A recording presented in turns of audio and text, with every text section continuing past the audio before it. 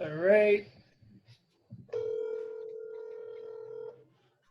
Hey, Hey, can you go to your settings? Your Zoom settings? where is that? I mean, I see at the bottom where it says there's a microphone that says mute, chat, share screen, record, reactions. It was on when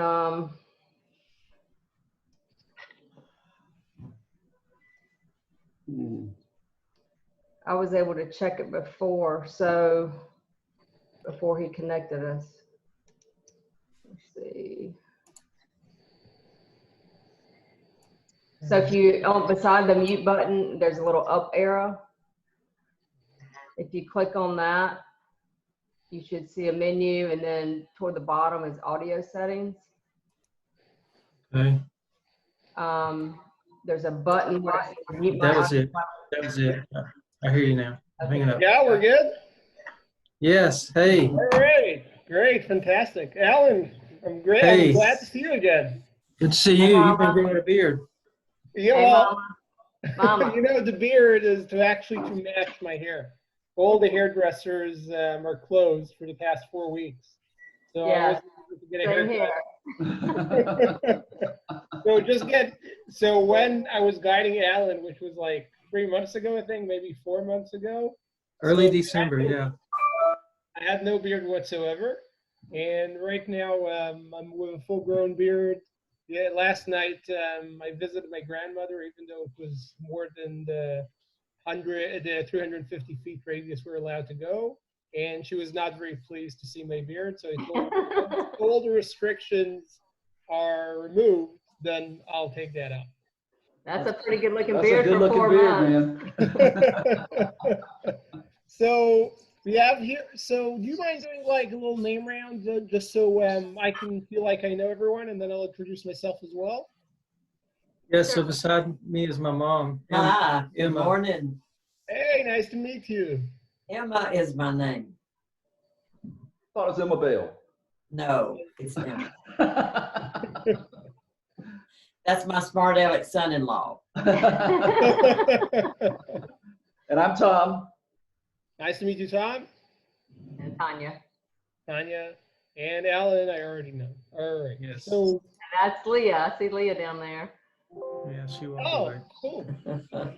Alan, are we expecting anyone else, or should we get started? No, Jeff, Pastor Jones said he wasn't able to join this morning, so it'll just be the 4 of us. Perfect. All right, great. So it's going to be small and intimate, and I'm actually really excited for this moment. This is the 5th online tour I'm leading this week, and as we're going through, there is a learning curve into how to make those work in the best way. So we're going to be using a little bit of the share screen function and a little bit of the virtual backgrounds, which will really allow me to point to the things we're talking about, hopefully giving us the feel that we're actually really on the ground and not doing sort of a lecture. It will be a little bit of a lecture just because the nature of the history that we have to cover, but generally speaking, I want it to be as interactive as possible. And because we're a very small group, so I don't think it's necessary for you to mute yourselves and try and be a little bit of Israeli. What do I mean by that? Means be a little bit rude, and the word is chutzpah. You may have come across it because it's also used in American English. If you have a question, just like interrupt me as I'm going or wait for me to finish the sentence, then just ask it right there. We don't have to wait for official question time. I will ask you eventually if you have questions, but generally it's going to be really more of a conversation. A little bit about myself, and Alan already knows me pretty well because he had to hear my bad sense of humor for a good amount of 7 days. But my name is Asaf. I'm 32 years old. I live in Tel Aviv with my wife. We just got married roughly 9 months ago. Thank God we got married before the coronavirus because I have several friends that had to cancel their weddings. I've been working as a tour educator for Israel for over 5 years. In those 5 years, I always tell people I guide, I get to see more of American society than the average American. I get the conservatives, and I get the liberals, the blues, and the reds, and I get the Jews, and I get the Christians, and I get business leaders. 6 weeks ago, I guided the former advisor of national security, Donald Trump, General McMaster. So I really get to see the entire spectrum of Americans. I think this allows me to better understand where my audience are coming from. And what we're going to do today, based on Alan's request, we talked a little bit about what we're going to cover. We're going to do a tour which will focus on 3 major sites. And besides that, we're really focusing on the time and era of what in Judaism we call the Second Temple era, and what you call in Christianity the ministry of Christ, or the days of Christ. And the perspective is really what is central to each religious group. At this time, when Jesus was alive, the central of Jewish life was the temple in Jerusalem. Therefore, we refer to it as the Second Temple era. For Christians, obviously, the key part in those years is the fact that this is where Jesus walked this earth. And therefore, the key, you will refer to it as the time of Jesus. And before we move any further, I would like to really point out where we're starting right now. You are now looking over the old city of Jerusalem from the top of the Mount of Olives. Now, if I would be able to physically take you here, you will see that the mountain we're looking at right over here, that's not the highest mountain in the area. We're surrounded by mountains which are higher than this mountain. The mountain we're physically standing on now, known as the Mount of Olives, is a higher mountain than this.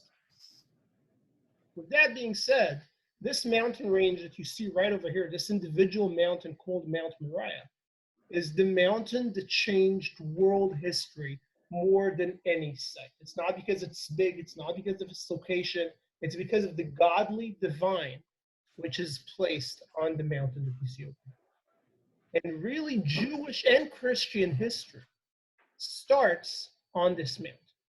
Where I'm pointing you right now, where you see this golden dome, this is where Judeo-Christian history starts. Geographically, starts in Iraq, but this is where the point where it physically starts. Abraham, and the reason I'm going all the way back to Abraham, I mean, we're here to talk about the time of Jesus. Why am I starting at Abraham? Because I'm trying to give you the idea of the average person's collective memory living at the time of Jesus. Take me for an example for a second. I'm only 32 years old. I did not live through 1948 when the state of Israel became a sovereign, independent state. Never lived through that. It's roughly 38 years before I was born. However, it's very much in the back of my mind as my collective memory. The older generation speaks about it. It's something which is being referred to as recent history. The reason I'm starting our tour all the way back at the time of Abraham is because I want you to be able to understand what is the collective memory of the people walking on this earth at the time of Jesus. What are some of the collective memories they have in the back of their mind? That's where we're starting over here. Abraham lives in Iraq, and then he hears the calling of God. Leave your father's house and go to the land that I will show you, and I will make you a great nation. And Abraham is being brought, and he's looking at the mountain range in front of him, the land of Moriah, or Mount Moriah. And God tells Abraham, this is the land I promised to you and your offspring. I just need to do one little thing. Take your son, the one you love, Isaac, and sacrifice him to me on this mountain. So this golden dome is the site where the binding of Isaac takes place. But you know that the binding of Isaac does not end with the binding of Isaac, because God sends the angel and stops Abraham, and from there on, he reaffirms the promise that was made to him. Now, we all know that Isaac has a son named Jacob. Jacob has the 12 children. Those children are going to be known as the 12 tribes of Israel. Now, the 12 tribes of Israel are going to live here until we're going to come across a time of the drought. Now, even though you see down here the vegetation and you see everything is green, the reason that you see everything green is because I took this photo in February. In this part of the world, we're heavily dependent on rain. But every couple of years, we have a year with no rain, and sometimes you have 2 or 3 years of rain. Therefore, the people living in this part of the world need to immigrate. And when you're given the choice of immigration, the Jews really have two choices. Either go east or go west. What's special about the east and the west for our story? Those are places that you have great rivers. In the east, you have the Euphrates River. That's where Abraham came from. In the west, you have Egypt, you have the Nile. The Jews choose to move to Egypt. At first, they're welcomed by Pharaoh, but after that, the Jews multiply and they become many. Perhaps we can refer to this as the first immigration crisis in history. The Jews are becoming so many, they're starting to change the nature of Egyptian society. So the Egyptian society decides to take the Jews and enslave the Jews. And the Jews are enslaved in Egypt for 400 years. After 400 years, the Jews remember they have this covenant with God. And God will send out Moses and he will take them out of the desert. And he will walk them through the desert for 40 years. In Jewish interpretation, we believe that those 40 years are because God does not want anyone who is tainted with the slavery mentality to re-enter the promised land that you see right here in the back. Now, the Jews are going to be led by Joshua back to their promised land. And they're still in the form of those 12 tribes we spoke about. And each tribe is going to be sitting on a very specific territory. So the land is really going to be divided into 12 different territories. And you can see it over here. I'm going to share with you the screen just so you can familiarize yourself with this. Let's get this full screen mode. So this is how the tribes are divided. And you can see on your left, you have the Mediterranean coast. I can point to you right here. You can see the 12 tribes. Now the problem is that during those years, the Jews are surrounded by nations who are far better organized than they are. They have kings, and those kings get them ready for battle, and they're leading them first, the king first going through with his soldiers. And during those years, the 12 tribes don't have a united leadership. This is the time and era we call the era of the judges. Who are these judges? Judges are charismatic leaders that rise to the occasion and lead based on their leadership skills and their wisdom. And they're leading together with the divine authority of the prophets. The problem is that if you are a judge, or you are a judge, your child is not going to be a judge himself. There's no this idea of a judge dynasty. Therefore, we're going to have periods of vacuum where the Jews will have no leadership. They're going to be bullied, especially by a group of people you heard about called the Philistines. And at some point, the Jews are feeling that's enough. They're asking for a king. Now, the prophet back then, Samuel, he tells them, look, guys, you don't want a king. King's going to take her kids to be his slaves. He's going to take her daughters to be his wives. He's going to heavily tax. Why do you want a king? Now, I don't know if you have kids or not, but they are giving him the ultimate excuse that every parent's heard at least once in their parental career. Everyone else has one. We want one as well. Finally, the Jews are getting a king. First king is not very historically memorable for our story. His name is King Saul.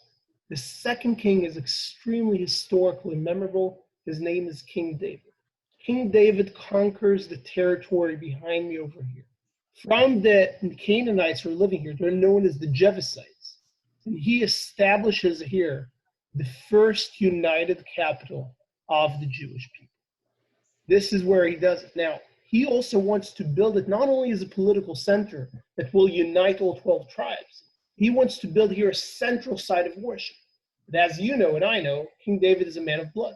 All of his life, his hands are dirty with blood, and therefore he will not build the place of God's dwelling, the temple, but his son Solomon will. When King Solomon comes across the question, where am I going to build the house of the Lord? He's looking at Jebusite. Now, the city Jebusite, I'm moving myself over here, pretty much starts, you see, right from here, stretches downwards all the way to the Kidron Valley. Now, he's looking at this area and he's like, where am I going to build my first temple? And he decides, because of the divinity, to build it right here, where the binding of Isaac takes place. So this is where the binding of Isaac takes place. This is where the first temple is built. So we already have two key historical Judeo-Christian events. But the next lesson that I really want to try and share with you is this idea that we are living in a geographical place of the world, which is really in the vacuum between two of the world's ancient superpowers. And this map really shows it quite well. You can see there is a power in the east, and you can see that there is a power in the west. Ignore the names you see in the map. They don't matter for our purpose. What I'm trying to teach you is we are in the vacuum, in the ancient vacuum between the powers of the east and the powers of the west. Therefore, we're living in a part of the world wherever we have a power rising either in the east or either in the west, they're going to storm through this territory, destroying everything they see in their way. And therefore, the ability of this land to maintain its independence through history is very, very limited. And this map tells it. We are in that vacuum. By the way, moving to modern context for a second, some would say that the state of Israel, up until this day, is in the buffer zone. Think about it. We are the eastern edge between the Judo-Christian culture and the Muslim world and the pagan world even further east, right? We are that buffer. We are the front line, the frontier. And maybe history did not change this much after all in the past 2,700 years. Moving, and I'm canceling the screen share function for a second. Moving back to where we are, we're going to have a power rising in the east. And the power is known as the Babylonian Empire. The Babylonian Empire is going to rise in power. They're going to crush the Jewish kingdom, destroying the first temple, and taking the Jewish population from here to Babylon, which is today known as Iraq. Now, I'm going to pause here because a lot of the things I'm telling you sounds very abstract. So I'll share with you a piece of personal family history. I am a Jew, which you already know, and I'm half Ashkenazi Jew. Ashkenazi Jew is a Jew that came from Europe. I don't know if you've seen Fiddler on the Roof. I'm half got Fiddler on the Roof. The other half of my heritage, I'm an Iraqi Jew. Jews have been living in Iraq for 2,700 years. Since the destruction of the first temple, the Jews have been living in Iraq. This was a Jewish community that existed for 2,700 years until the formation of the State of Israel, when the population of Iraq, the Jewish population, was lynched and was forced to leave and move into Israel. So this is not just history, this is my family's heritage. Now, you know how empires rise, empires also fall. And once the Babylonian Empire falls, a new power rises, and this is the Persian Empire. Every empire has their vision as to how and try and coordinate this very large area they control. There are different policies, right? Babylonian Empire was a very violent empire. Take out the temples, destroy people, send them out to exile. This was their policy. The empire that follows after them, this is the Persian Empire. They're far more tolerant. They actually understand that we can get cooperation by allowing religious freedoms. Therefore, Cyrus, the king of the Persian Empire, he is saying to the Jews, hey guys, welcome. Go back to your ancient homeland. Rebuild your temple, which is going to be right over here. And we're going to give you religious freedom. So the Jews leave Babylon, some of them, not all of them, and they rebuild the second temple. Now, the Persian Empire is not going to be in control for a very long time, right? And we're going to have a power now coming from the west, from the area of Egypt, actually even further west. This is going to be the Greek Empire, Alexander the Great. He is going to storm through all the way until India. And he's going to practice a new form of how to govern his empire. We call it Hellenization. Hellenization, in other words, that's a cultural invasion. Have you ever heard the term that America's aircraft carriers are very powerful, but perhaps McDonald's and Levi's jeans are even more powerful? This is modern day Hellenization. The cultural conquest of American culture all over the world. This is exactly what the Greeks were doing roughly 2,400 years ago. The Greeks said, we're going to put a culture which is so advanced and so sophisticated that people are going to be drawn into this culture. And they're going to start changing their style of worship to Greek worship. And this works for all nations except the Jews back then. Remember, the Jews are the only nation which is monotheistic. When the Greeks are trying to get the Jews to change their worship style, the Jews protest and rebel against the Greeks and overthrow their control over this area that you see behind them. The Jews established the second Jewish kingdom, known as the Kingdom of the Maccabees. You may have heard of the story in America. This is the story of Hunter. Now, the Jews have their own kingdom. And right now, we're going to step into the time and era of Jesus. Because the Greek Empire is going to fall, the Jews establish their own kingdom, but then we have a new power coming from the West, and this is the Roman Empire. And the Roman Empire decides to use a new philosophy of how to govern this kingdom. They're appointing here a Roman Jewish client king known as King Herod. And King Herod, he is a cruel king. How do I know he's a cruel king? Well, I opened this book, which is called the Bible, and the Bible tells me he's a cruel king.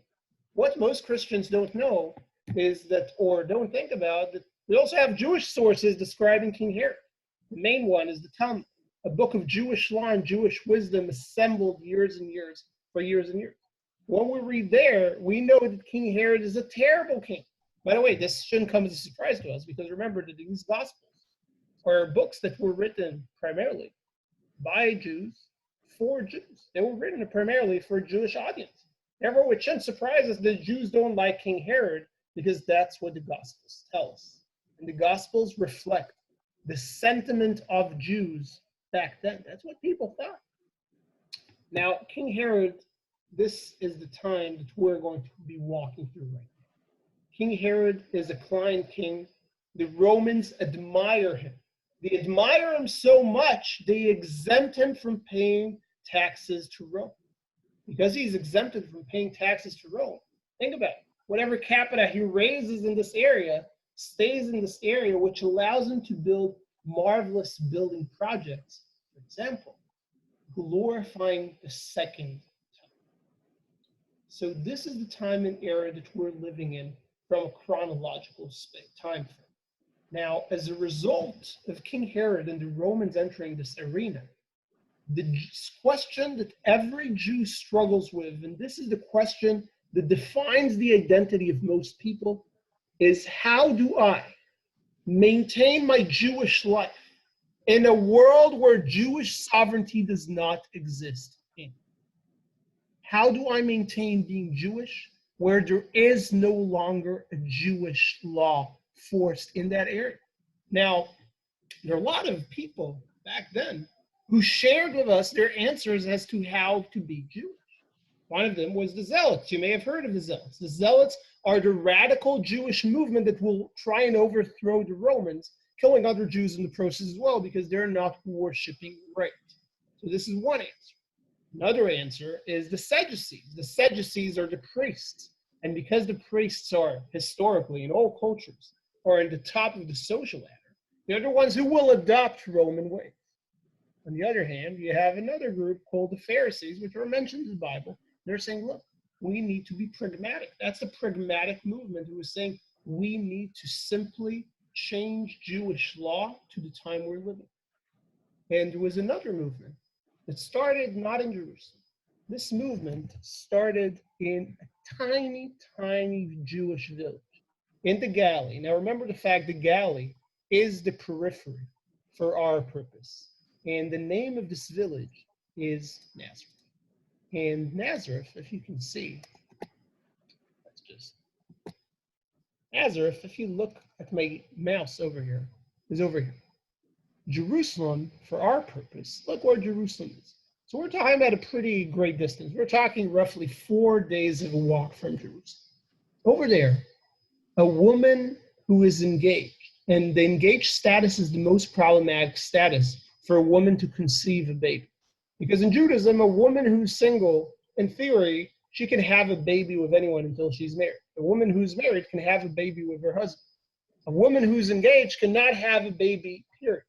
Now, for the average Jews looking at Mary in Nazareth 2,000 years ago, they're like, wait, so you were engaged? And I'm not saying it in any offensive way.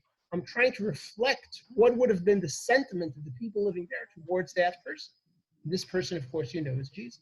And Jesus offers the other answer as to how to deal with the fact that Jews are no longer sovereign.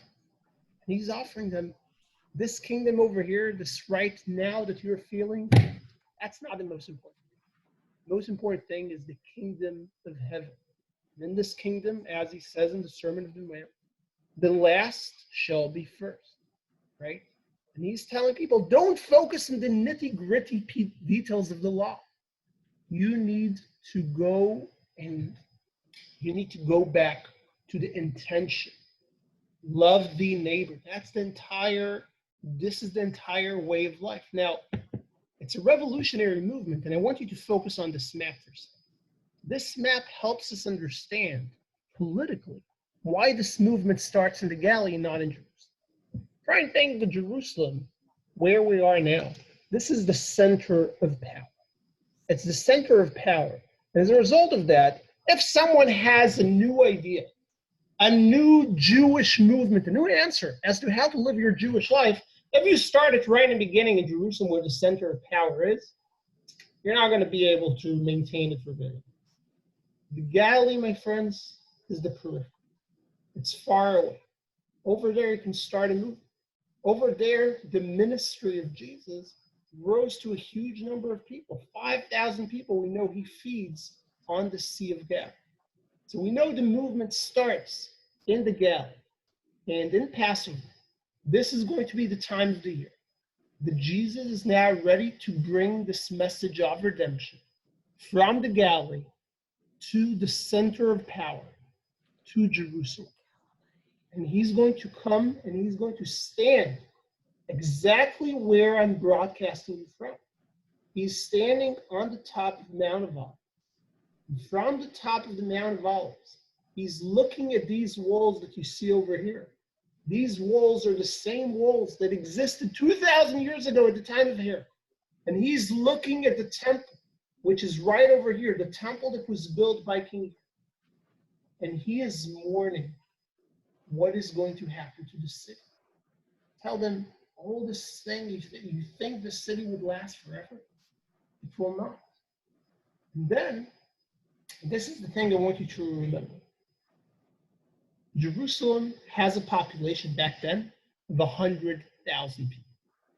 But there are 3 times a year when the population triples in size. From 100,000 people, we're growing to 300,000 people because Jews from all over the land, from Galilee, from Judea, from even Egypt, are all coming into Jerusalem to celebrate one of the 3 pilgrimage holidays together in the temple. And Jesus is one of these Jews. Now, he can behave in the ordinary way that people would expect someone to behave. Every Jewish pilgrim is coming here. He's expected to behave in a certain way. But Jesus is here, and I love the term you have in English. He's not coming to behave by default. He's here to raffle some feathers.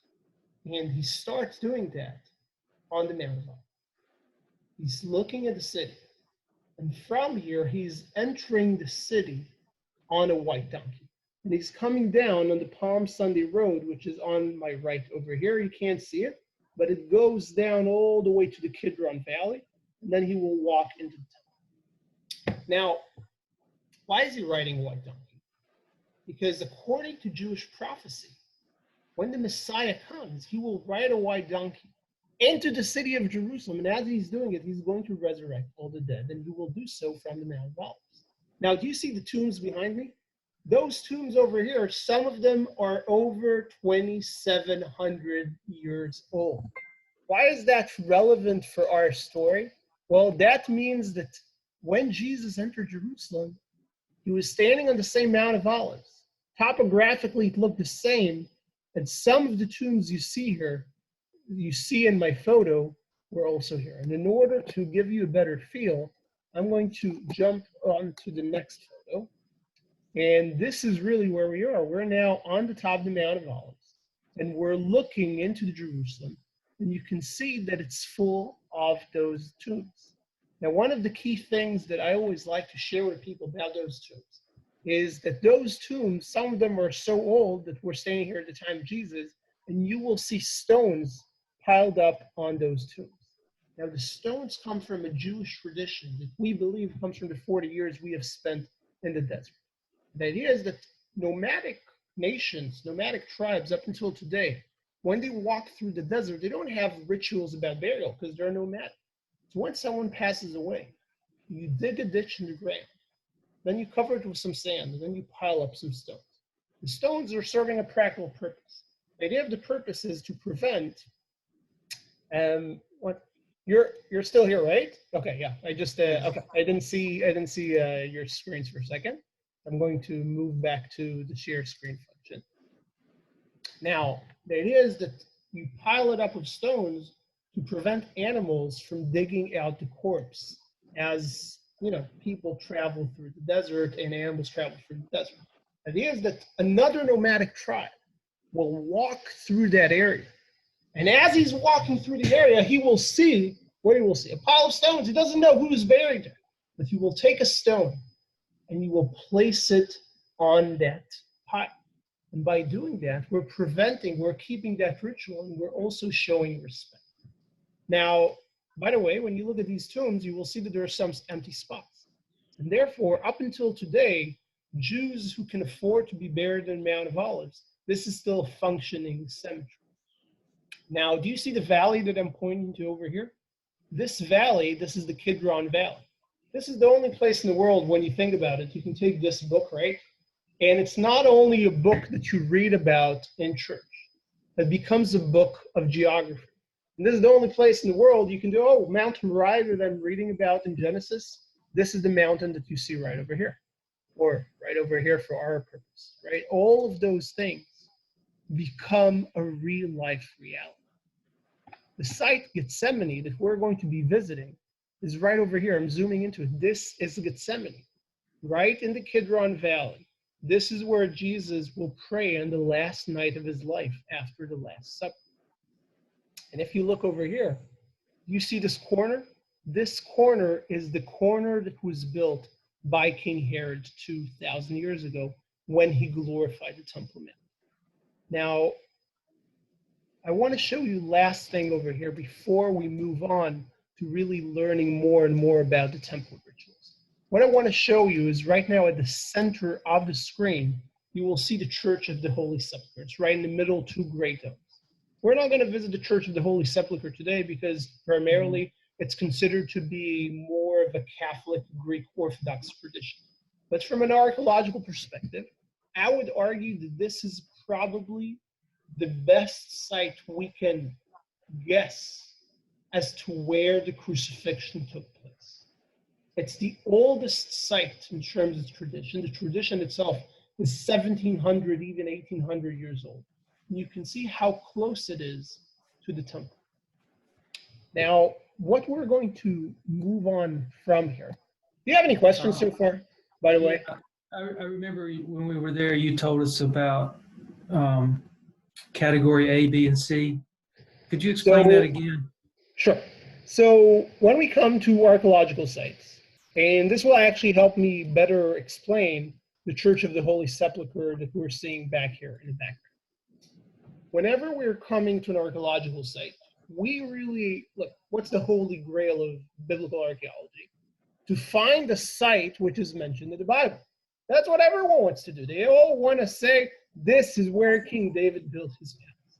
Fortunately, when we're talking about Old Testament, we're talking about events that happened 3,000 years ago. When we're talking about New Testament, we're talking about events that happened 2,000 years ago. This land, a lot has changed in it. Jerusalem itself has been conquered since the time of Jesus over 40 times. Therefore, most things have been destroyed. Now, in order to make our life simpler, we decided in the tour guide and archaeological community to try and distinguish every site as an A, B, or C category. Category A site, that's the holy grail of sites. We are going to visit today a category A site. It's a site where tradition and scripture says it's here, and archaeology backs it up and can say, yes, this is true identification. For example, if I'm zooming out for a second and looking to my right, over here we have the site Gethsemane. Gethsemane as a general site is a category A site, which means we know that this is the site where Jesus prayed, not to a perfect extent as to where physically he did, but we know that the general area is correct. We have category B sites. What's a good example of a category B site? If you look over here at the Church of the Holy Sepulchre, that's a category B site, which means tradition says it's here, but archaeology cannot nor confirm nor deny that this is the very site. site of crucifixion, because the church was only built 300 years after, then we can't be sure. We can assume that it's a good guess. By the way, what's another category A site? It's right here in the frame. Can you guess? Over here. Today, you see this dome, this golden dome. Today is the Muslim site. What does it commemorate today? Today, it commemorates Muhammad's ascent to the heaven on a magical ladder, according to Muslim tradition. This is where God gave Muhammad the tradition of prayer. All right. But why is this a category B for Jews and Christians? Because we know that the foundation that this was built on was where the second temple was. Second temple, time of Jesus temple, right? And we know that this is where the first temple was. This is a category A site right in that frame.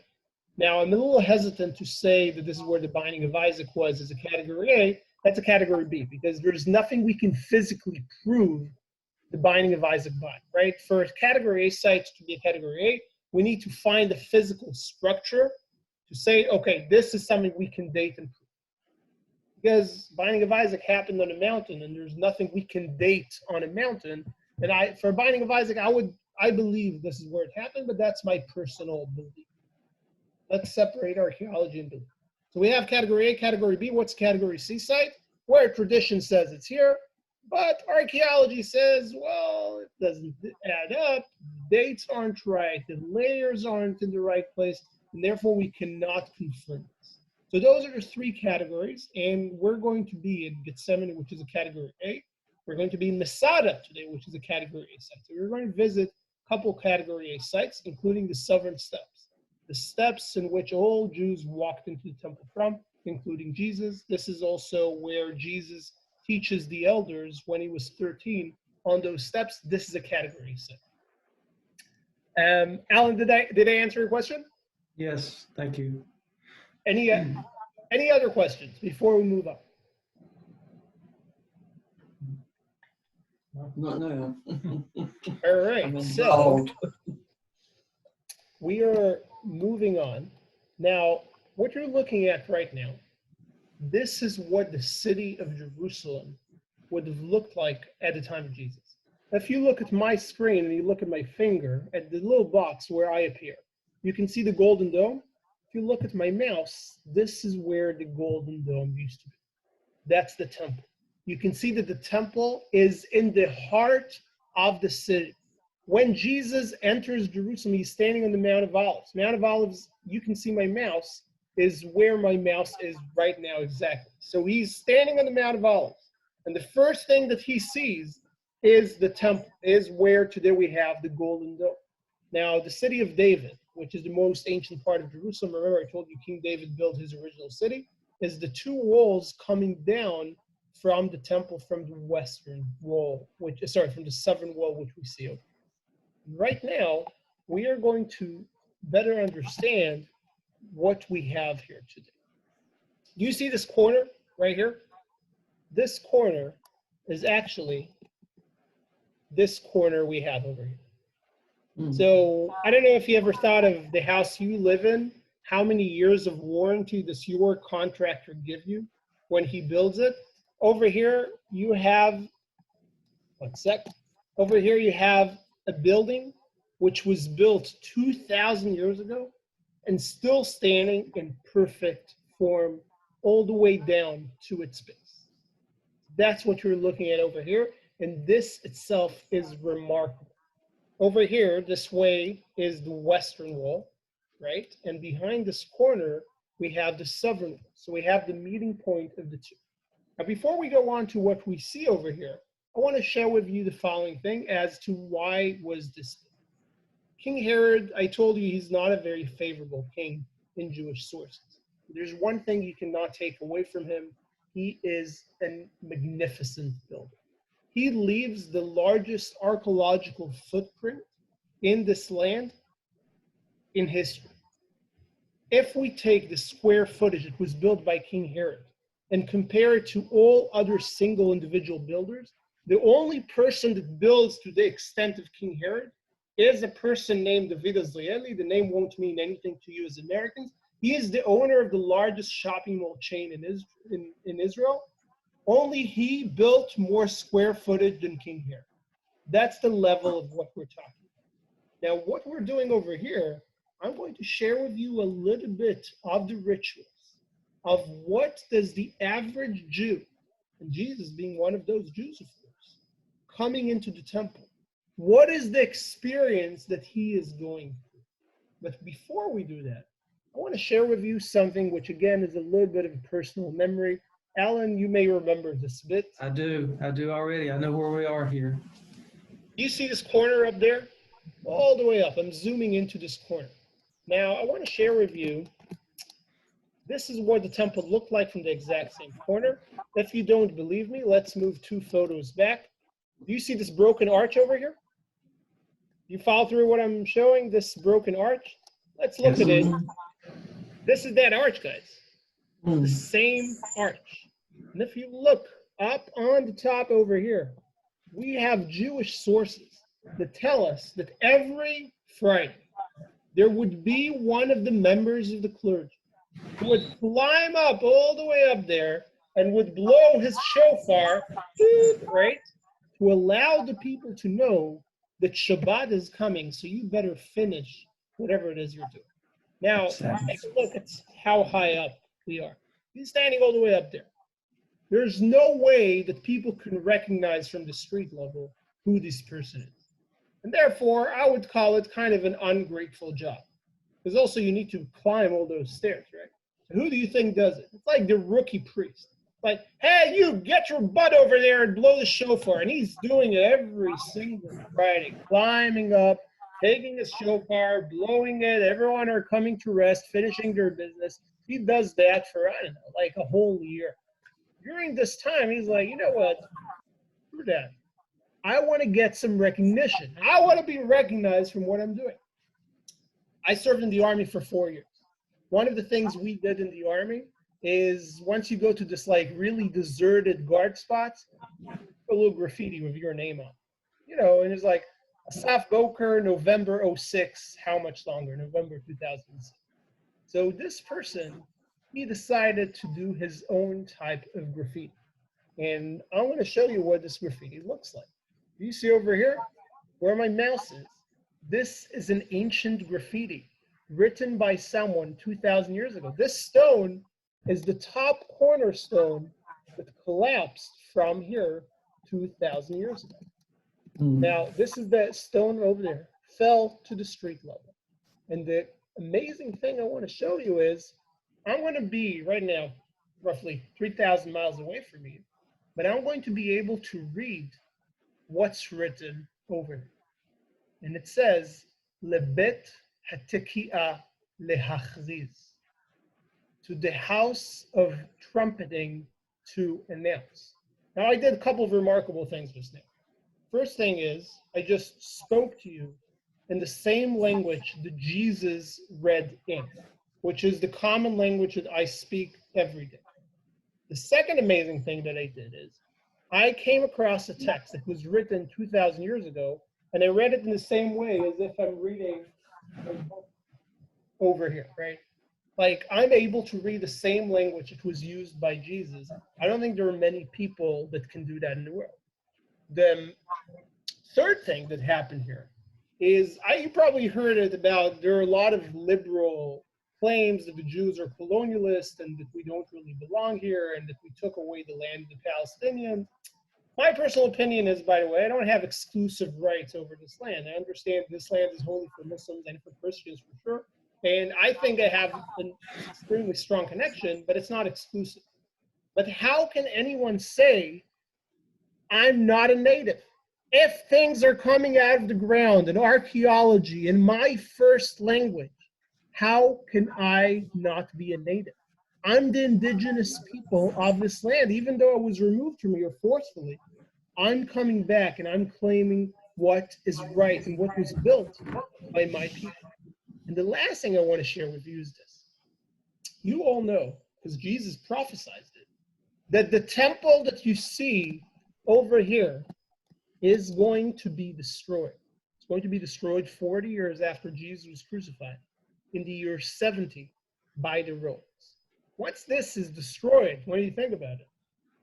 Everyone who has the title of clergy is stripped away from their title. They're not important for a historical story anymore. We don't need them. We don't need the temple. Jews only sacrifice in the temple. No temple, no sacrifices, no clergy. But there is one thing that the clergy kept throughout history. It's the last name Cohen or Levi or Katz. I don't know if you know any Jews in your area that have these last names. There was a famous Jewish singer that you may have heard of, Leonard Cohen, right? So he was a Cohen. Now, the only privilege that they had is in a synagogue, they were able to give the priestly blessing. You do it like this. And you say, may God guard you in whichever way you go. Elohim ishmarecha.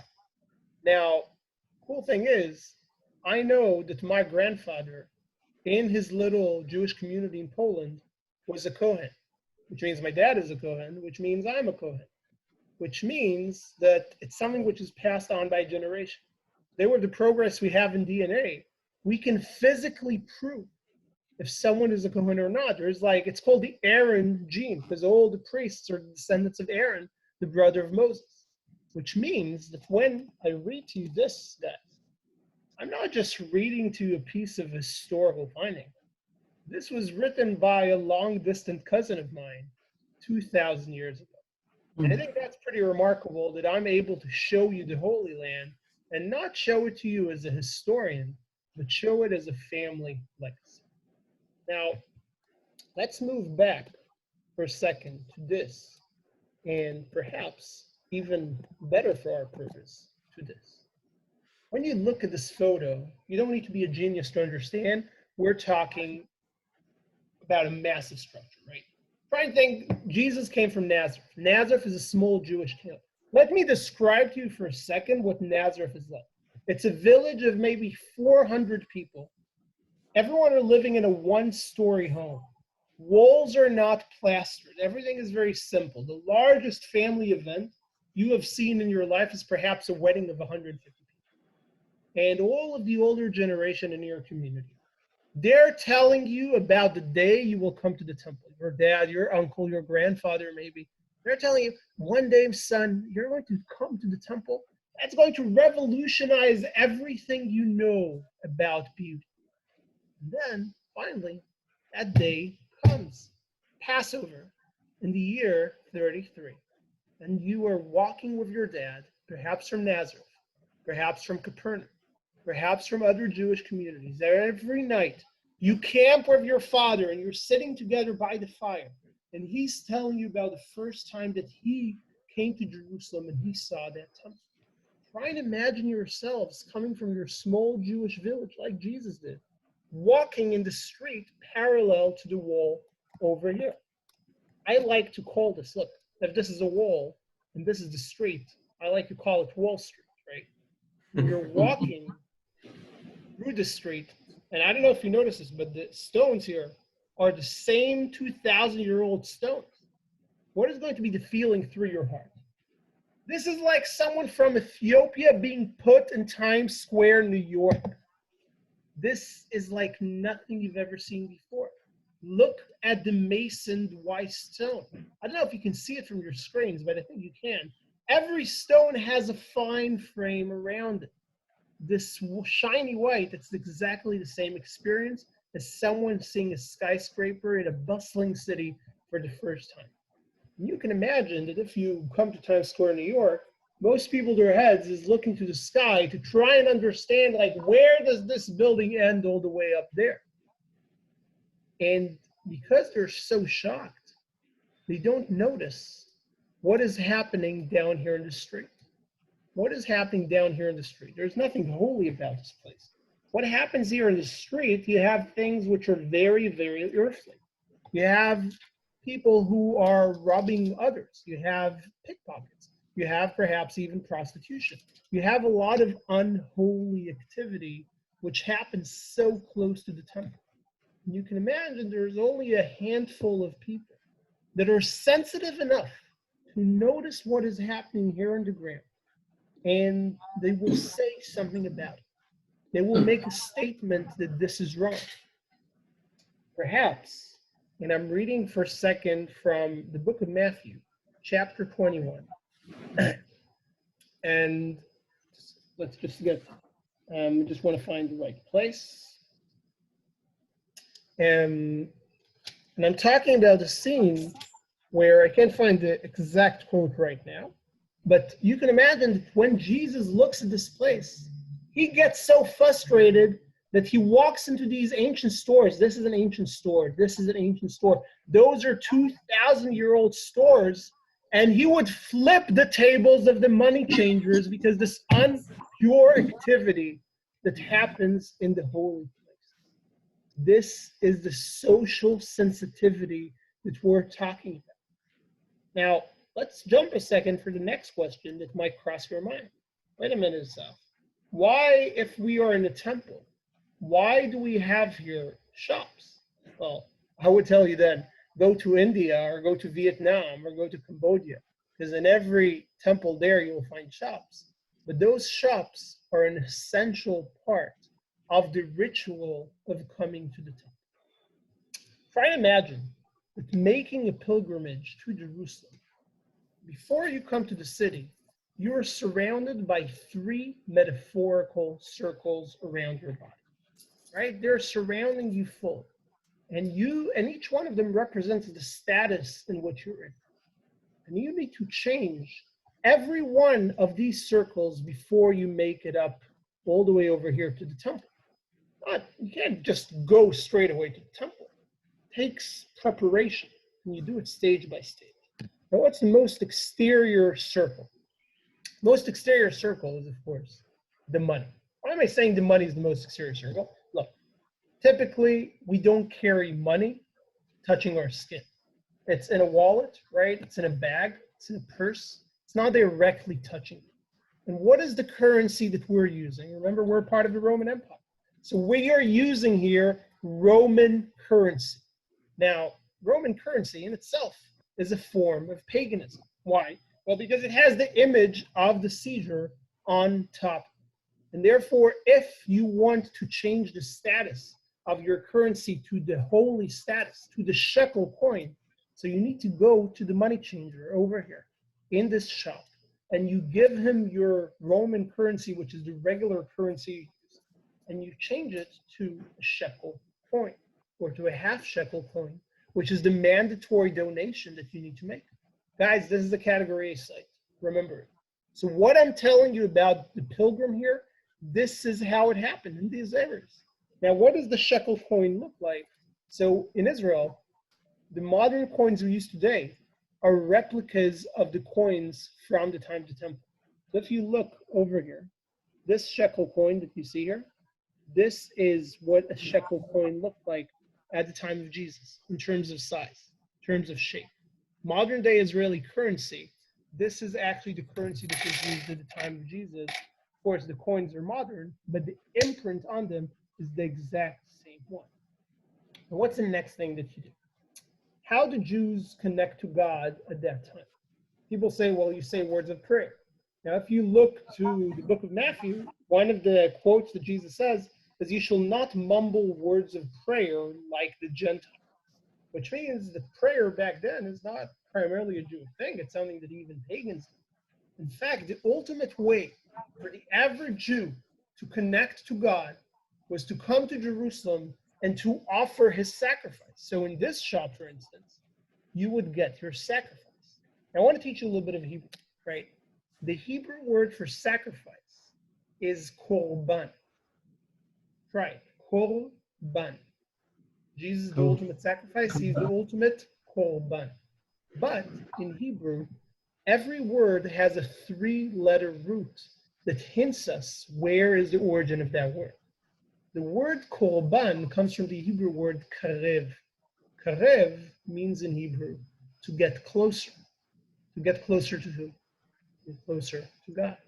So you offer your sacrifice through the priest. And by offering the sacrifice, you're getting closer to God. Now, some people say, wait, but they lived all in a rural society, right? So why do you need to go to this shop over here and you need to buy your sacrifice? Why can't you bring it from home? Because the sacrifice needs to be a kosher animal in perfect mint condition. And if the animal is not in a mint condition, then you can't use it as a sacrifice. That's why you buy your sacrifice over here.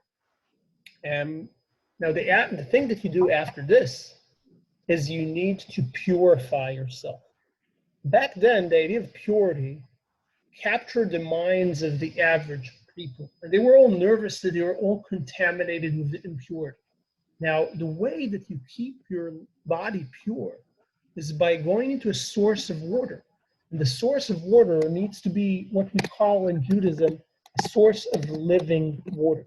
Maim Chahim. Maim Chahim means water that got there without any human intervention.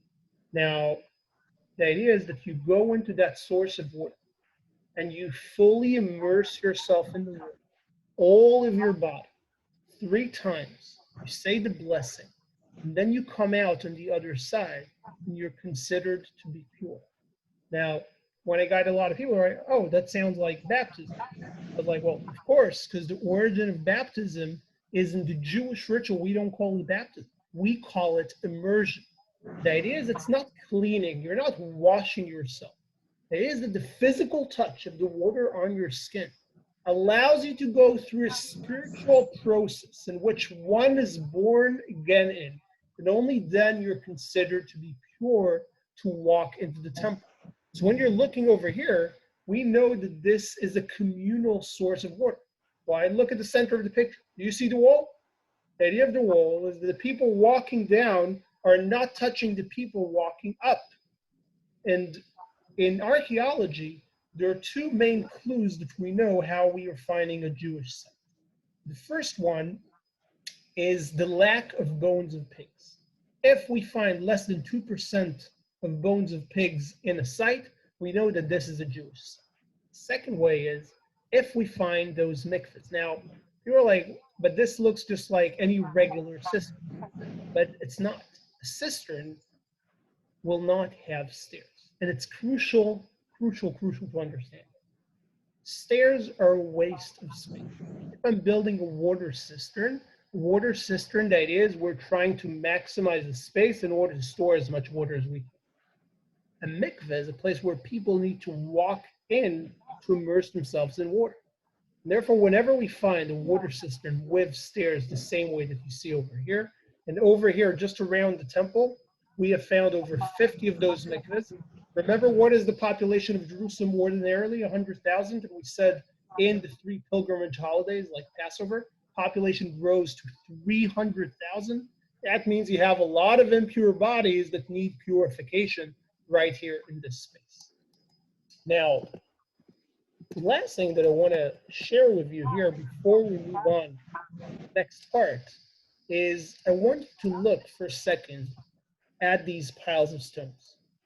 Those piles of stones are often unnoticed by most visitors in the site. They're just walking past them. They don't fully understand what they are. And I had it one day as sort of an epiphany, because I was reading through the gospel. Now, as I was reading through the gospel, and I'm reading to you from Matthew 24, and I was like, wait, I know what these stones are. Let's see if you'll be able to figure it out.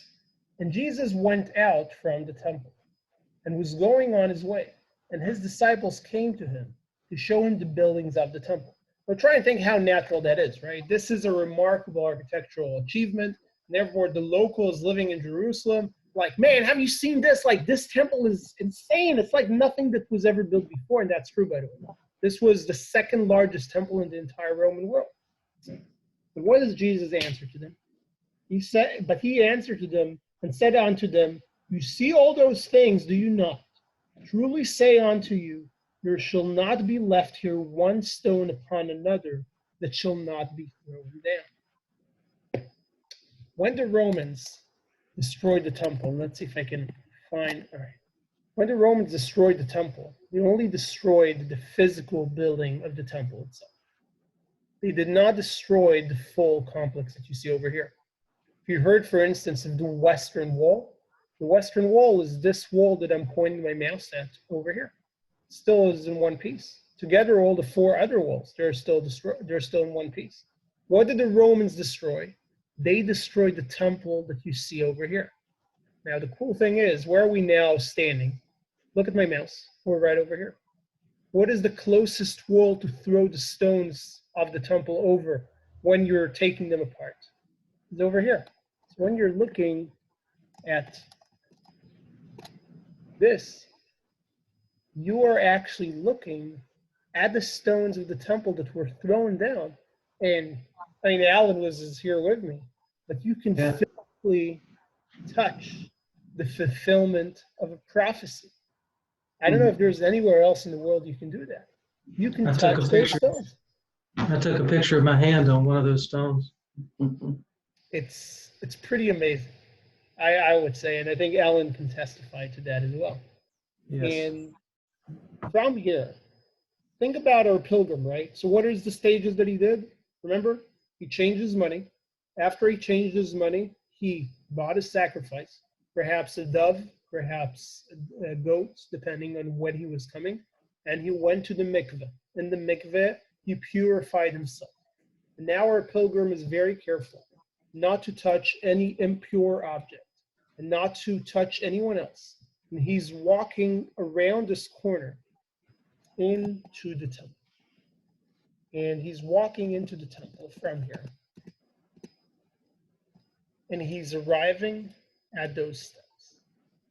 Now, those steps are the sovereign steps. And if I need to tell you one site that I can tell you for sure that Jesus stepped on, it's over here.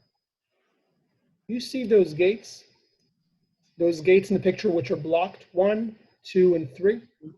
Those are the traditional gates in which every Jew entered to the temple from. Which means Jesus is an every Jew. He's like everyone else. He's not a member of the clergy. So this is where he enters the temple from. And those stairs that you see here are the only site, I think, we have in Israel. We can say Jesus had to walk here. And as he was walking to the temple, he, together with everyone else, would have sang the song of ascent. When you look at the words of the song of ascent, you're like, wait, it makes geographical sense. It makes geographical sense because there are geographical hints that all of a sudden are very, very logical over here. I lift my eyes unto the Lord. Where would my aid come from? I look into the hills. You are surrounded by hills as you're walking and making your pilgrimage to the temple. This is, guys, where we started our tour. You see this mountain full of stones over here? This is where we stood roughly 40 minutes ago in the beginning on the top of the Mount of Olives. Now Gethsemane is right over here, and this is where we're going to go next. Those stairs, I always tell people when I got here, I have two narratives.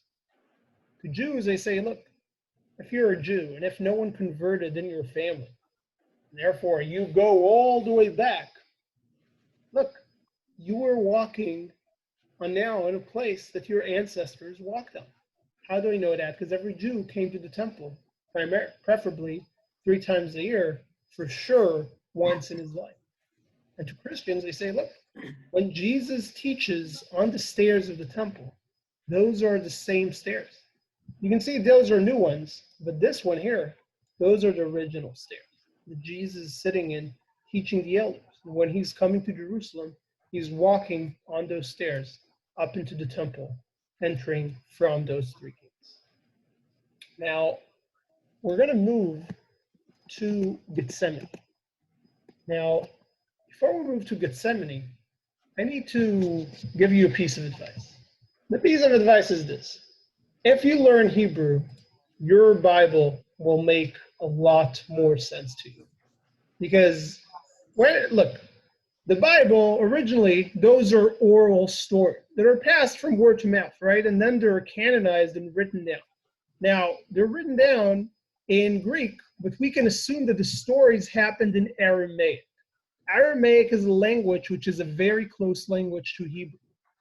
And some people say perhaps that even Jesus spoke Hebrew because in the Galilee, remember what we said about the Galilee in the beginning? It's the periphery. And perhaps in the periphery, Hebrew was still spoken even in the time of Jesus. But a lot of places in the Bible, which we just read as a name, they actually have a meaning. For example, before we get to Gethsemane, Capernaum, right? You heard of this place? Capernaum, Yeah. you've pronounced it your lives wrong. It's two separate words. Kfar, Nachum. Kfar is the Hebrew word, modern Hebrew, by the way, as well. The Hebrew word for a village. Nachum is someone's name. Nahum the prophet, or Nahum the mayor of that community. This is the meaning of Capernaum. Kfar, Nachum. Gethsemane is not Gethsemane. Gethsemane is Gat Shmanim, an olive grove. So how does the name Gethsemane become Gethsemane? Because when you take the Aramaic oral stories and you write them into Greek, and you're looking at this place called Gethsemane, taking two words, squishing them into one, and as you translate into more language, the meaning loses its original intention. So Gethsemane is at the foothills of the Mount of Olives. And I just want to show you, this is the east southern corner. So a second ago, we were behind this corner over here. Now, before we move on to the tradition of Gethsemane, I want to perhaps try and paint a little bit of a political picture as to what's going on here.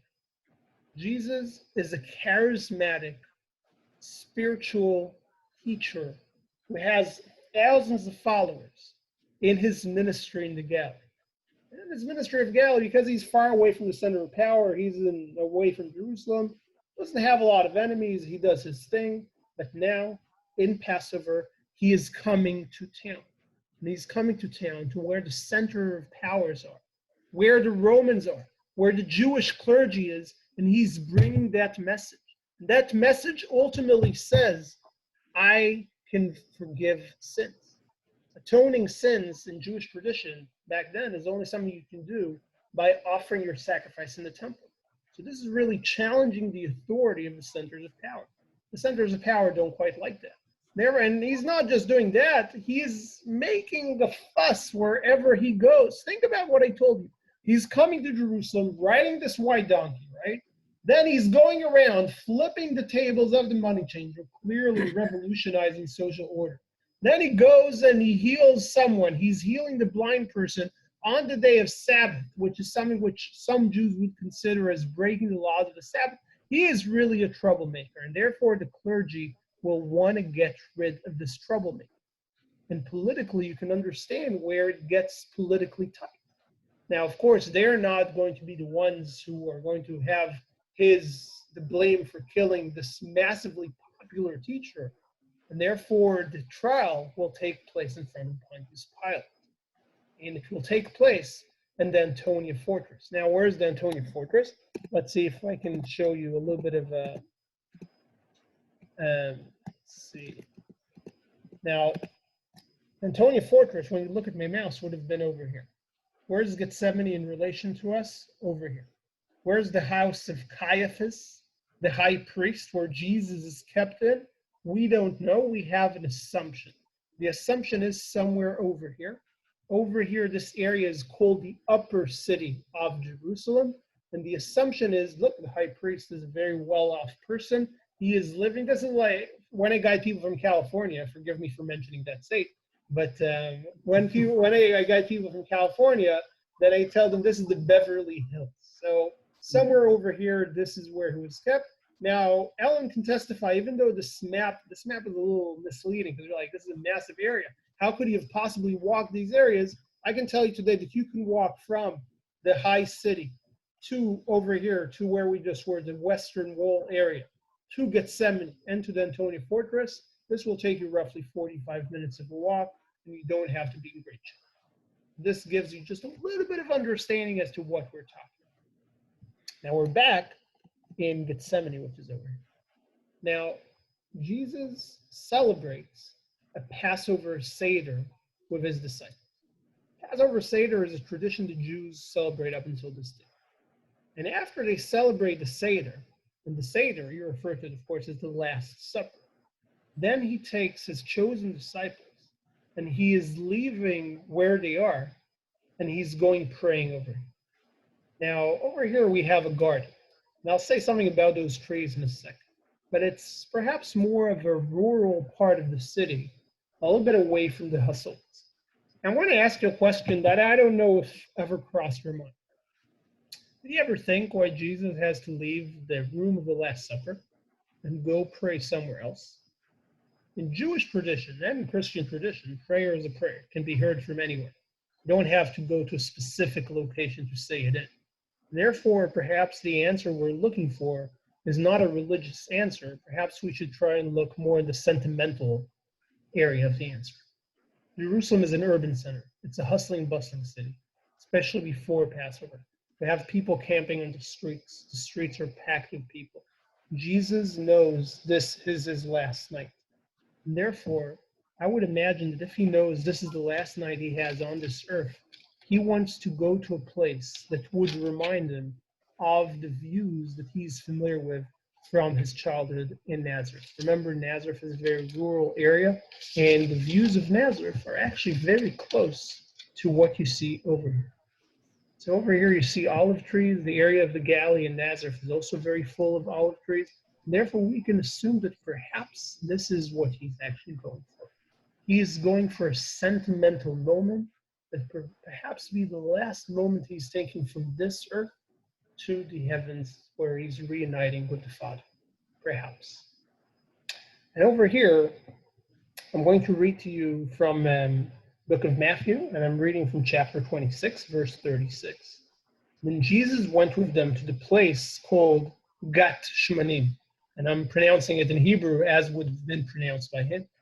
And he said to his disciples, "Sit here while I go yonder and pray." And taking with him Peter and the two sons of Zebedee, and he began to be sorrowful and troubled. And he said to them, "My soul is very sorrowful, even to death. Remain here and watch with me." And going a little further, he fell on his face and prayed, "My Father, if this is be possible, let this cup pass from me. Nevertheless, as I will put it through, will it." And he came to his disciples and found them sleeping. And he said to Peter, "So could you not watch with me for 1 hour?" For you reading the Gospels, this is a purely Christian site or description. For me reading it, I was like, well, yes, he's doing what every Jew is commanded to do on the night of Passover. It's very easy for me to relate to that because we just celebrated Passover in my living room right here behind me, less than a week ago. Jews are commanded every Passover to stay up all night and to tell the story of the Exodus. And therefore, what Jesus is doing that night, this is nothing unusual. This is the norm the Jews are expected to behave by up until today and 2,000 years ago as well. You have to stay up all night and tell the story of the Exodus and to pray. And perhaps we are now looking at the story of his Exodus leaving this world to the heavens, and this is a very, very Jewish scene. Now, I want to show you those trees over here. And look at this tree over here. Now, some tour guides, and I prefer usually the more straightforward, honest approach.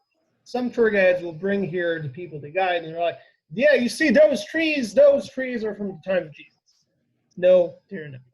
Those trees are not from the time of Jesus, but those trees are roughly some of the oldest trees we have in Israel. They're roughly 700 years old. But, and this is what I think is really cool, those trees, olive trees in general, new trees grow from ancient trees. And the Franciscan Catholics who control the site that you're looking at right now, they are well known to be, look at this one over here, this one looks even older. They have a reputation for being great archaeologists. And what they did is they did the carbon-14 dating, not from the trees themselves, but actually from the roots. And the roots of those trees are 1900 to 2100 years old, which means those trees were here at the time of Jesus. And I think that there is another really interesting metaphor, which is to do with how you make olive oil. First of all, why do you need olive oil in Jerusalem? You know what is the most ancient Jewish symbol?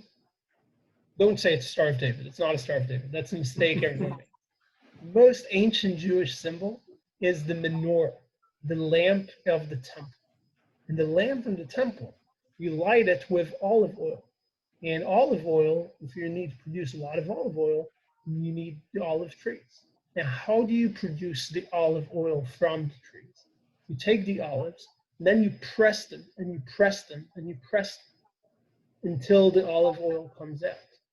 Now, I think the writers of the Gospels, it was not foreign to them, the idea that there is a very interesting parallel, perhaps a metaphor, with how you make olive oil for the temple, as to what are the emotions which Jesus is going through that night, that he's pressed so much that he's showing his human nature on top of his godly nature in this very set. Now, I'm not going to focus too much on the church over here, because it's not our main focal point of interest. But we are in a Category A site. Now, the Category A site, that if you remember at the beginning, told you it's a general Category A. In order for us to be able to pinpoint the site, we need an archaeological finding. And we know that Jesus came to this garden and prayed. So there isn't something we need to look for. And therefore, he could have prayed anywhere between those trees over here. But to be all frank with you, I will say that across the street, we also have olive trees there, and it could have been over there. The name Gethsemane has stuck for 2,000 years, referring to the general area of the foothills of the Mount of Olives. And this is where we are now. Question so far? No. All right, so I know, and by the way, I know I'm covering a lot of information. I know I'm going like this, and I hope it's not too fast. But again, we're trying to take in as much as we can within this time frame. And from here, what we're going to do, we're actually going to jump in to our next site. And our next site is going to take us away from Jerusalem into the Judean desert, a site called Masada. Now, before we go into Masada, I want to show you the distance we're going to travel from Jerusalem. First of all, I'm zooming out. Now you can see fairly well. I assume over here, this is the map of Israel today. All right, so you can see I'm pointing out more or less the size is the size of New Jersey.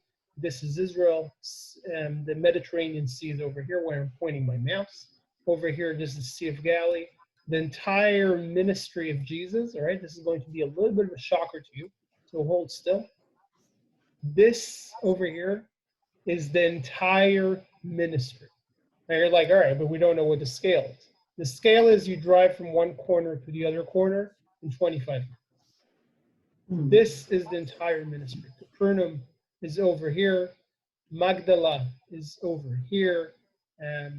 Gennesar, the site where the swines were dumped into the water, is over here. This is the entire ministry. Zooming out, Jerusalem is right over here, right in the middle. You can see my mouse is on it right now.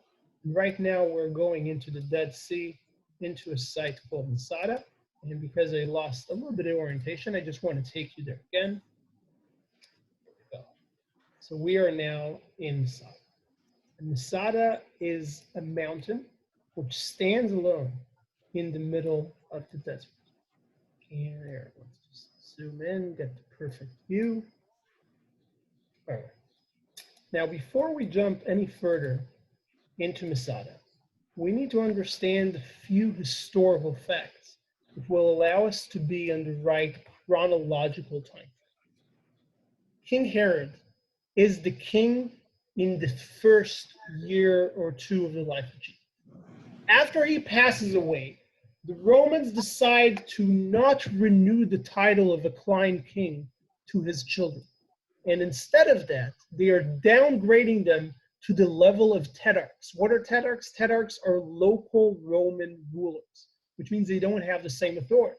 So they're like, all right, so who's going to inherit King Herod with all the authorities that he had as king? He is going to be inherited by a Roman governor. Now, the idea of Roman governors, this is the common method of governing the entire Roman Empire. That's what the Romans did everywhere they went. They appointed a local military ruler who's ruling on the entire area. Now, some of those governors were more tolerant towards Jewish practices. Others had zero tolerance towards Jewish practices. Try and think how odd it is for a Roman governor to try and, we're still all here? I think Alan just logged off. Yeah, he dropped. All right, we can pause here and wait for him to rejoin us. And if you want, you can. Hang on, let me call him. All right.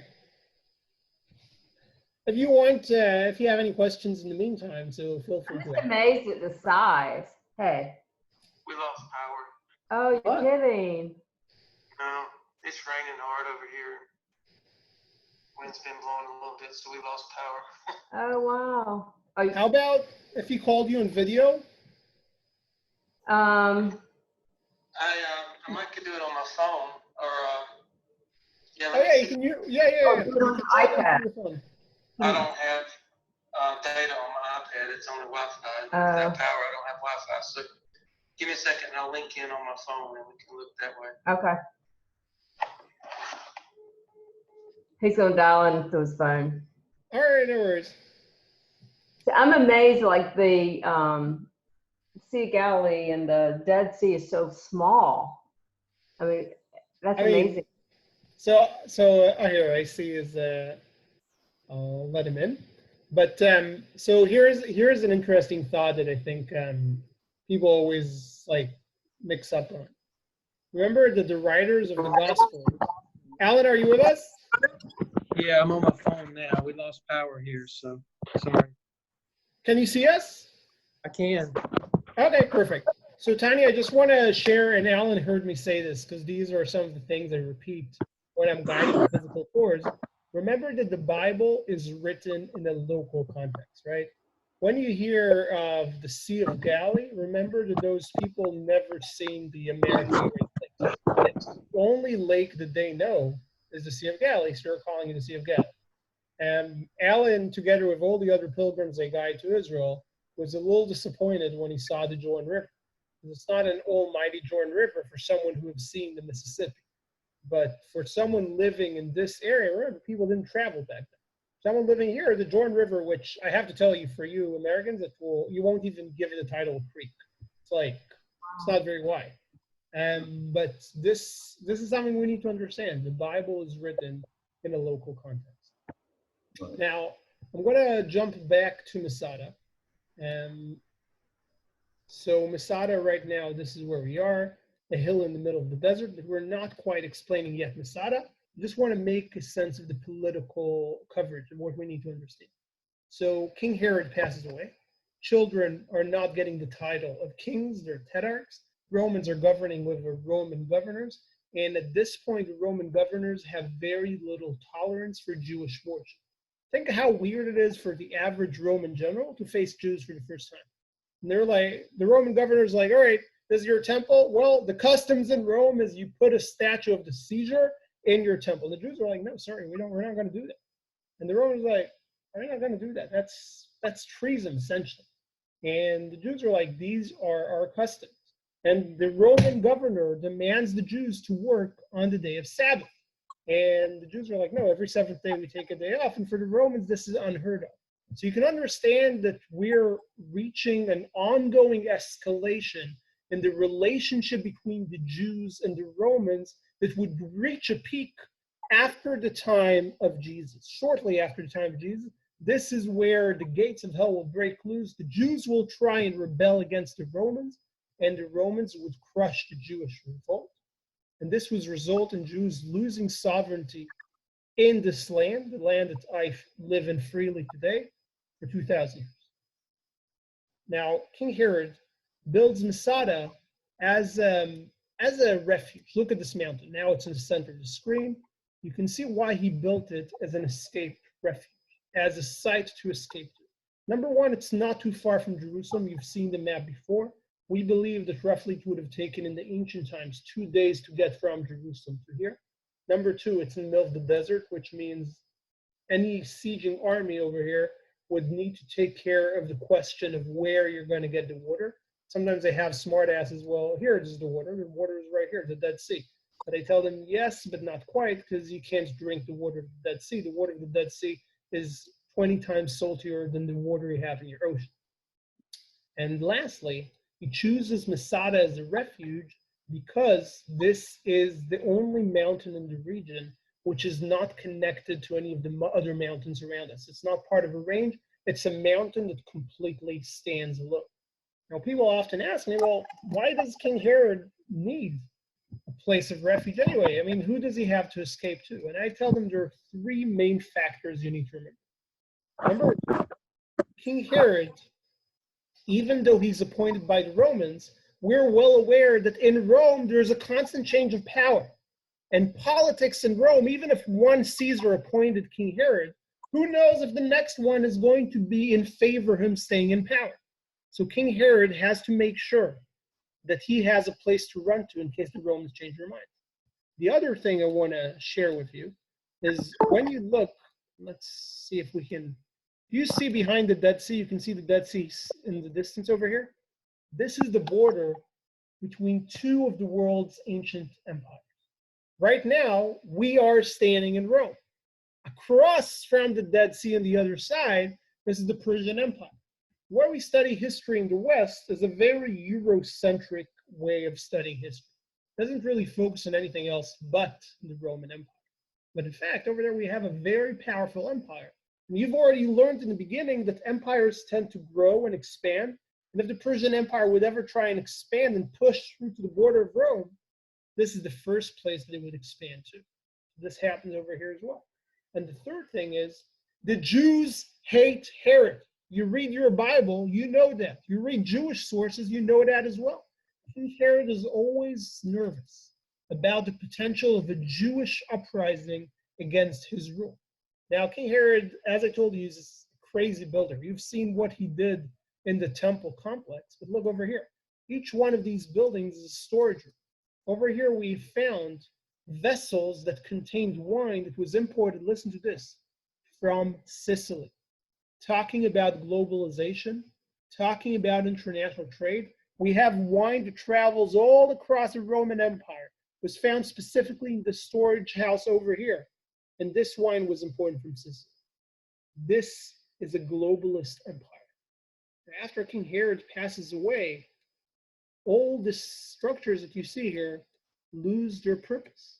They lose their purpose, and after they lose their purpose, the Romans decide to convert this into a military fortress. So far, you're with me, right? We're on the same page. King Herod has enemies. He builds this place, passes away, never has to use it. At the time of the Roman governors, this is used as a military outpost. In the year 66, the tensions between the Jews and the Romans are reaching the absolute peak. And as a result of that, the Jews are trying to overthrow the Roman Empire from this area. Now, this is exactly why I started off with telling you the historical timeline. In the back of the minds of the Jews living here, they are saying to themselves, we have already defeated one international empire. This is the Greek Empire. If we were successful in defeating them only 150 years ago, why can't we take out Rome and regain our sovereignty? But they did not have the historical perspective we have today. Today we all know that the Jews defeated the Greeks when they were a falling empire, while the Romans are a rising empire. Therefore, the attempt of the Jews to kick out the Roman will not stand a chance. Now, at first, it seems that the Jews have several victories. As part of those several victories, a group of zealots conquer Masada. They climb the swirly road known as the snake path, all the way up to the top of the mountain. And they make an oath as they climbing up that in case one of them will fall or would hurt themselves, they would not make a sound in order for them to have the element of surprise. And they're coming up to this mountain, and they're conquering it. And this mountain becomes a Jewish military outpost. Now, during this time, there are battles going everywhere. in the Galilee, in Magdala, only 5 miles away from Capernaum. All of those places, the war is going and it's going hard. And the Jews are losing battle after battle. They don't stand a chance against this almighty Roman war machine. And this Roman war machine continues and conquers more and more Jewish communities. Whenever a Jewish community is conquered, you can imagine that some of the Jews are killed, some were taken as slaves, and some escape as refugees. Where would the natural place for any Jewish person to escape to back then? Obviously, Jerusalem, the city right behind it, right? They would all try and hide in the temple. But at this point, the Romans have already put Jerusalem itself under a fortified siege. So what's the next option? Everyone knows of Masada. Masada enjoys a reputation being the unconquerable mountain in the middle of the desert. When you look at the views over here, you can understand why. I mean, try and think what a suicide mission to try and climb a mountain like this. And therefore, more and more people come to this place. Now, the more people come to this place, the zealots who are ruling it are starting to think, you know what? This is no longer just a Jewish refuge. This is no longer a military outpost. If Jerusalem is under siege, and if God forbid Jerusalem falls, as it will, we are going to be the last community in the world of free Jews.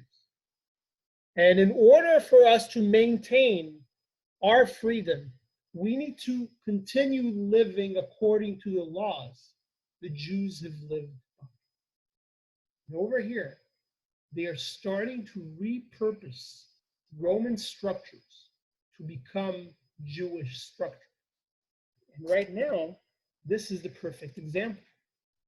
Over here, at the time of the Romans, this is a stable. This is where the Roman soldiers would tie their horses. But at the time of the Zealots, once the population here started to change, they repurposed this to a synagogue. You'll ask me, why do you need a synagogue? You still have a temple in Jerusalem. A synagogue at the time of Jesus, and we know there are synagogues that are mentioned in the Bible. Synagogues are used as a place of study. This is where you come together, and this is where you study the Jewish law, the books. But over here, we have a synagogue that was built when the temple was still standing. But the synagogue also continues to stand after the temple is destroyed, right? Temple is destroyed in the year 70, and Masada would continue to hold until the year 74. And perhaps this is the first place in the world, and the first time in Jewish history, where people said, all right, there's no longer a temple. We cannot make our sacrifices. Let the words of our mouths replace the sacrifices. And this is where prayer became at the center, at the core of Jewish tradition. Jews are commanded to pray 3 times a day. The names of the 3 daily prayers are the same names given to the 3 daily sacrifices offered by the high priest in Jerusalem. Now, a lot of people, when I bring them here, they ask me, how do you know that this is a synagogue? Like, what is the proof? And I tell them, well, look at the seating arrangement, the benches, which is a very traditional way of Jewish seating. They're like, yeah, right, maybe, but is there anything else? And I say yes. Over here, we have discovered one of the most ancient Jewish scrolls in history. It's as old as the Dead Sea Scrolls you may have heard about. What we have found here, hidden in the synagogue, we have found a piece of the book of Ezekiel, the Valley of the Dry Bones. And I'm going to read it to you in just 1 second. Before we do that, I want to tell you who is excavating here in the 1950s. In the 1950s, Israel is a newborn state. We only have our independence for 2 years old, for 2 years. Most Israelis have been directly impacted by the Holocaust. Some of the people here are Holocaust survivors themselves who are digging. Some of them are children of Holocaust survivors, and the ones who are neither, the images of the Holocaust are surrounding them. I don't know if you've ever seen the liberation photos of Dachau and Bergen-Belsen, when we see piles of human bones so high, and those are just bulldozed down to the ground because the Allies have nothing to do with them. You can't identify the bodies because they're in such stage of decay. Those are the images, the people who are digging over here. This is what they have in the back of their mind. When they find this scroll, they look at it as prophecy. And they're shocked that out of all the books of the Bible, that's what was left here 2,000 years ago. And the hand of the Lord was on me. And he brought me out by the Spirit of the Lord and set me in the middle of a valley. It was full of bones. And he led me back and forth amongst them, and I saw a great many bones on the floor of the valley, bones that were very dry. And he asked me, Son of man, can these bones live? And I said, Sovereign Lord, you alone know. Then he said to me, prophesy to these bones, and say to them, dry bones, hear the word of the Lord. This is what the Sovereign Lord says to these bones. I will make breath enter you, and you will come to life. And I will attach tendons to you, and make flesh and bones come upon you, and cover you with skin. I will put breath in you, and you will come to life. Then you know that I am the Lord. So I prophesied as I was commanded. And as I was prophesying, there was a noise, a rattling sound, and the bones came together, bone to bone. I looked at the tendons and flesh that appeared on them, and skin covered them, but there was no breath in them. Then he said to me, prophesy to breathe. Prophesy, Son of Man, and say to it, this is what the Sovereign Lord says. Come and breathe from the four winds of the earth into these slain bones, so that they may live. So I prophesied as he commanded me, and breath entered them, and they came to life, and stood up on their feet, a vast army. And he said to me, Son of man, these are the people of Israel. They say, our bones are dried up, and our hope is gone, and we're cut off. Therefore prophesy and say to them, this is what the Sovereign Lord says. My people, I'm going to open your graves and bring you up from them. I will bring you back to the land of Israel. Then you know, my people, that I am the Lord, when I open your graves and bring you up from them. I will put spirit in you, and you will live. And I will settle you in your own land. Then you know that I am the Lord, and I have spoken, and I have done it, declares the Lord. For the people digging here, they don't think that their loved ones who have been brutally executed by the Nazis are going to come to life. But for them, the fact that they're living in their homeland after 2,000 years and reading those prophecies, their freedom on this land, this is the fulfillment of this prophecy. And think about this coincidence, which to me is no coincidence. You could have found any book, any scroll, and that's what they found in this 2,000-year-old city. The Valley of the Dry Bone. The story of Masada ends with the Romans sieging on this mountain. When you look over here, you see this shapes in the rubble. Those are one of the 7 Roman camps, the siege on Masada.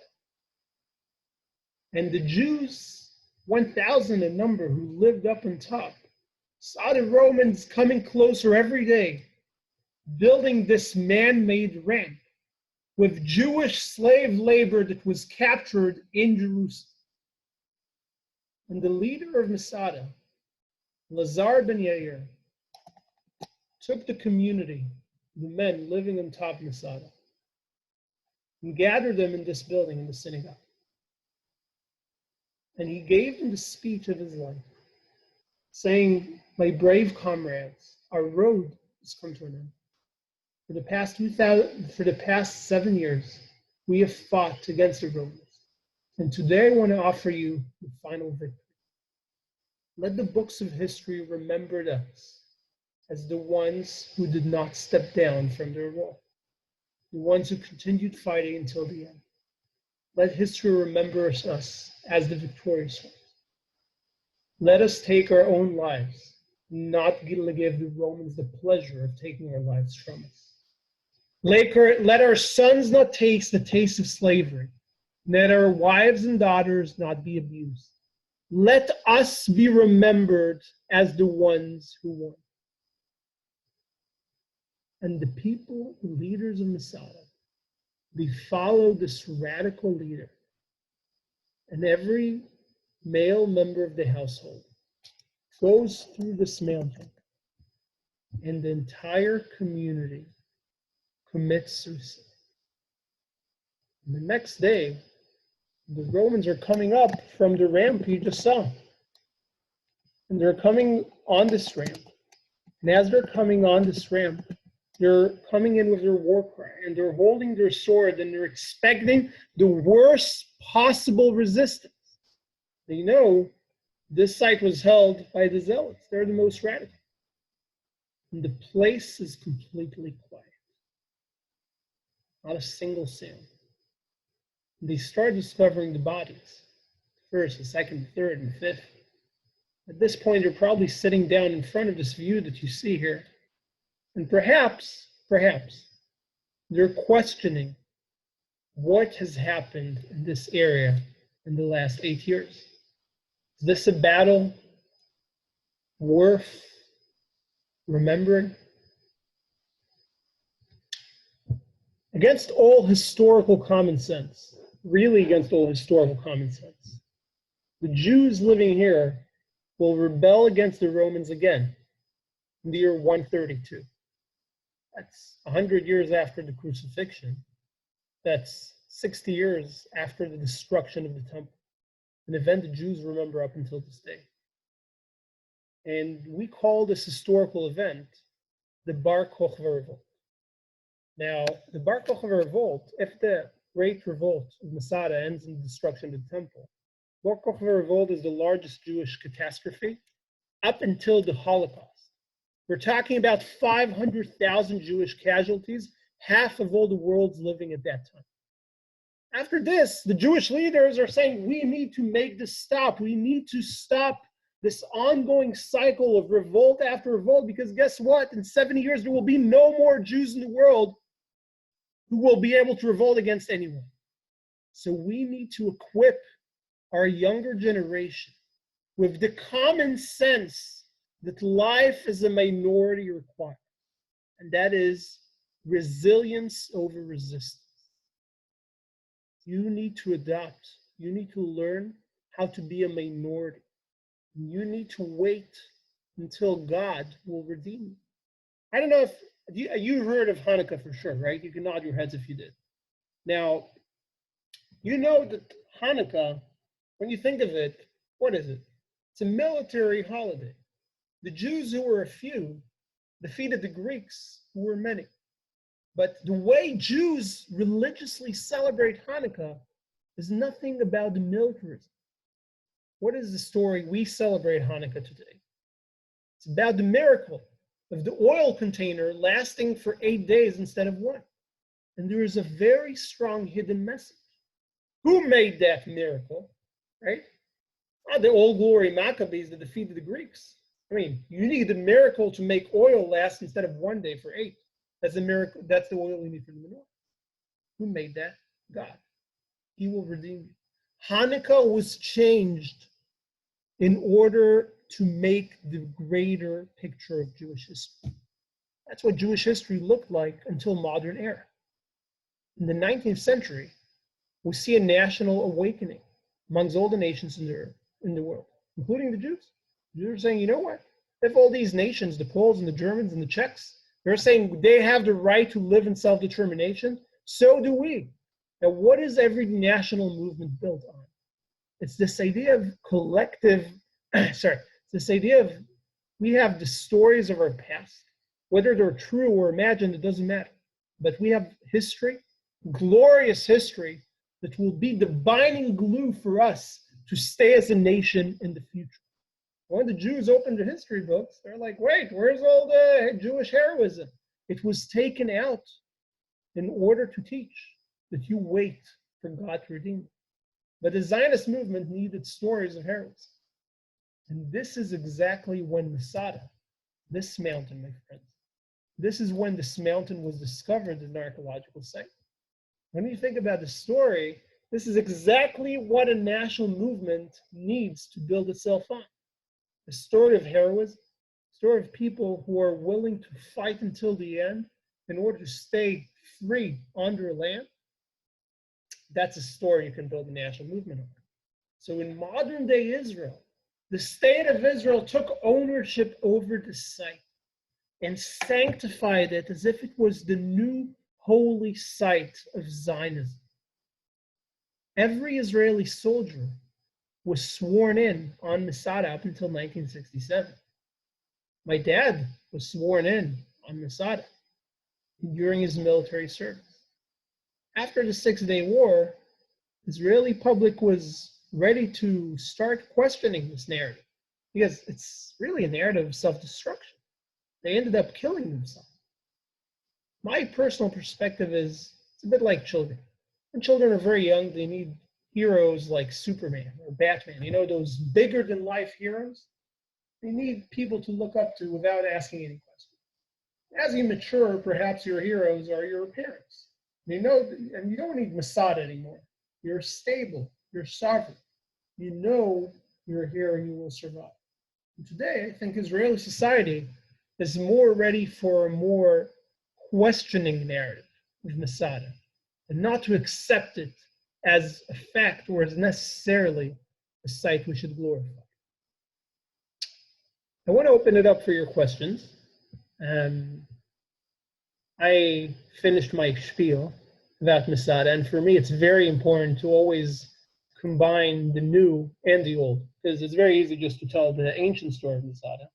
But I think that it's important to share both how it was manipulated or used in modern day Israeli context. This has been great, Sal. Thank you. Can you hear me? Yeah. Okay. Yeah, we're still without power here, so on my phone. It doesn't look quite the same, but this was great. Thank you. Thank you very much. Oh, my pleasure. I'm coming back. I hope so. Yeah. Tom was going to come with me back in December, but for various reasons wasn't able to. But Jeff Jones is planning another trip in a couple of years, so we'll be back. Yeah, no, and I hope I'll be dining in. Yeah, Lord willing, we'll all be there. Tanya wants to come too. Yeah. All right. Do you have any questions, guys? Tanya, Tom? No questions, no. Just brought the Bible to life. Yeah, That's pretty cool. your knowledge is astounding. Thank you. How do they go up observing the sites? I mean, you've got a lot of tours that go through there, through the historical areas. Does Israel go through a lot of protections of to keep the site pure or maintained, preserved? Yes, very much so. We have a service similar to your ranger service or the National Park Service. And the sites are very well preserved. They're very well taken care of. There's a lot of historical preservation going on. But yes, so we do. And you can be certain that by the time we'll be here, the sites will be as kept as well as you saw them now in the photos. Like Alan said, he was able to put his hand on the rocks. I mean, I was just amazed that you could get that close to it, right? I mean, all of our historical sites here are roped off. You can't get that close. I mean, there's always a balance, but I think we have the understanding that people who are coming here for a pilgrimage, you can't rope it off. They're coming here to walk in the same places that Jesus walked on and to touch the same objects. So as long as it doesn't cause anything to erode away, the general understanding is we want to encourage it. We want to encourage you to have the chance to touch those stones. I'm a builder, so I'm amazed at just the quality of the sites that are still standing, to think that that was built so long ago, and you know, the corners, the exact corner is still there, and that And you only saw the tip of the iceberg. hand, right? So it's amazing. Can't wait to see it in person. Amen. So, friends, I really want to thank you from the bottom of my heart. It was a Yeah. pleasure virtually guiding you. Tanya and Tom, I don't have your email, but I'll send Alan an email. If you could be kind enough to write something on this about my on my TripAdvisor page, it would really mean a great deal to me. And I've worked on a flyer just to try and promote those tours. And I'll send it to Tom as well. I have an updated flyer. And if you know of anyone who this could be interesting to them, I would love to do more of those. It gives me a chance to share my passion for this place I love so much. That'd be awesome. That'd be great. Will Since do. tourism will open back up, how are things progressing? Sorry? Do you have a sense when tourism will open back up Oh. in Israel? I hope by September. Okay, That's what I'm hoping for. very good. Well, thank you All right. again. It's good to see you in here. Yes. Likewise. All right, guys. Take Pleasure care. meeting Stay safe. Bye-bye. Bye-bye. Bye.